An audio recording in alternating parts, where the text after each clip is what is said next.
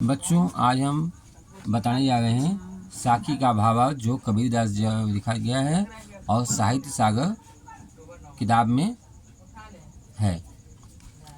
पहला दोहा। गुरु गोविंद दो खरे काकी लागू पाए, बलिहारी गुरु आपने जिन गोविंद दियो बताए। अर्थात कबीर जी कहते हैं कि गुरु और भगवान दोनों ही मेरे सामने खड़े हैं, तो मैं पहले किसके चरण स्पर्श करूं? मुझे गुरु के चरणों में श्रद्धा, प्रेम और भक्ति से स्वयं को समर्पित करना चाहिए, क्योंकि गुरु ही महान होते हैं, क्योंकि वही हमें ईश्वर तक पहुँचने का मार्ग बताते हैं। अतः प्रस्तुत पंक्तियों में गुरु के महत्व पर प्रकाश डाला गया है।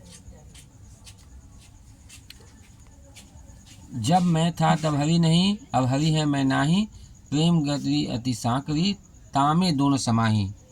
अर्थात कबीर जी कहते हैं कि जहाँ घमंड होता है, मैं मतलब अहंकार, जहाँ अहंकार या घमंड होता है वहाँ भगवान का वास नहीं होता है। जहाँ भगवान रहते हैं वहाँ अहंकार नहीं होता है, क्योंकि प्रेम का मार्ग बहुत ही सकरा है, जिसमें अहंकार और ईश्वर यानी भगवान दोनों एक साथ नहीं रह सकते। अतः मनुष्य के अहंकार जब तक होता है तब उसे ईश्वर प्राप्ति नहीं होती है। जब अहंकार समाप्त हो जाता है तब उसे ईश्वर की प्राप्ति होती है। अतः प्रेम की गली में दोनों अहंकार और भगवान एक साथ नहीं रह सकते। पाहन पूजे हरि मिले तो मैं पूजू पहाड़, ताते जे चाकी भरी पीस खाए संसार। अतः प्रस्तुत पंक्ति में कबीरदास जी कहते हैं कि पत्थर की पूजा करने से ईश्वर की प्राप्ति होती है।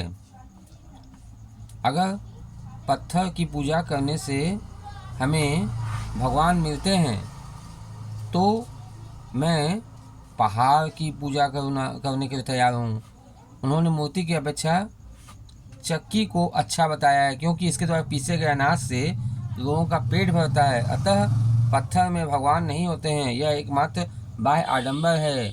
हमें उसकी पूजा करनी चाहिए जिसका पिसा हुआ अर्थात चक्की का हम खाते हैं। सब धरती कागज करो, लेखनी सब बन रहा है, सात समुद्र की मसी करो, गुरु गुण लिखा न जाए। प्रस्तुत पंक्ति में कबीरदास जी ने स्पष्ट किया है कि भगवान ईश्वर अनंत हैं। यदि पूरे पृथ्वी को कागज मान लिया जाए और जितने भी दुनिया में पेड़ पौधे हैं उन्हें कलम मान लिया जाए और सातों समुद्र के जल को स्याही मान लिया जाए, तब भी ईश्वर के नाम को, उनके वर्णन को हम दिखाना असंभव है। अतः ईश्वर के गुण अतुलनीय हैं और वर्णनातीत हैं। अतः कबीरदास जी की साखी का अर्थ समाप्त हुआ।